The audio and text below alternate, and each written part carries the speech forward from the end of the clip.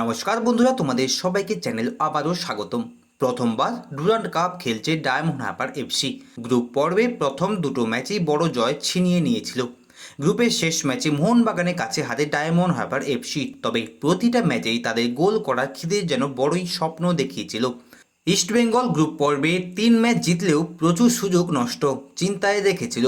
বিশেষ করে গ্রুপের নামধারী এফসির বিরুদ্ধে মাত্র একটা গোল অস্বস্তি বাড়িয়েছিল টিমে। কঠিন ম্যাচে ইস্টবেঙ্গল খাবি খেতে পারে সেই আশঙ্কা যেন নামধারী ম্যাচ থেকেই ছিল, আর সেই ময়দানেই রীতি। প্রথমার্ধ গোল শূন্য, দ্বিতীয়ার্ধে দুরন্ত লড়াই। 66 মিনিটে ব্যাক ভলিতে গোল করে ডায়মন্ড হারবার এফসিকে এগিয়ে দেন কোটাজার।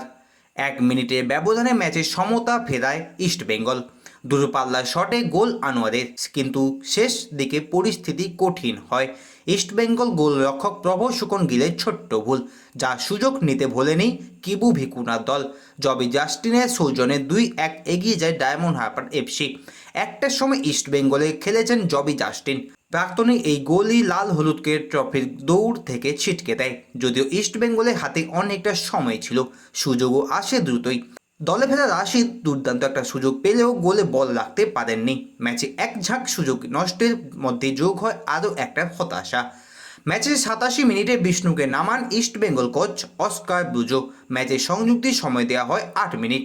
ইস্টবেঙ্গলের কাছে ফাইনালে যাওয়ার লাইফলাইন, কিন্তু এর জন্য প্রথম প্রয়োজন ছিল একটা গোল, অন্তত সমতা ফেরানোর জন্য।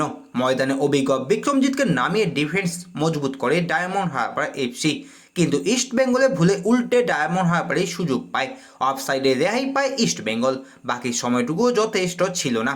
এবারের মতো ডুরান্ড অভিযান শেষ লাল হলুদ শিবিরের। শনিবার ফাইনালে ডিফেন্ডিং চ্যাম্পিয়ন নর্থ ইস্ট ইউনাইটেডের বিরুদ্ধে খেলবে ডায়মন্ড হারবার এফসি। বন্ধুরা, তোমরা আজকের খেলা কেমন দেখলে অবশ্যই কমেন্ট বক্সে কমেন্ট করে জানাতে ভুলো না। তোমাদের প্রিয় দলের নাম কি অবশ্যই কমেন্ট বক্সে কমেন্ট করো। ভিডিওটি ভালো লাগলে অবশ্যই লাইক করো। চ্যানেলে নতুন হয়ে থাকলে চ্যানেলটিকে সাবস্ক্রাইব করে আমাদের পাশে থাকো।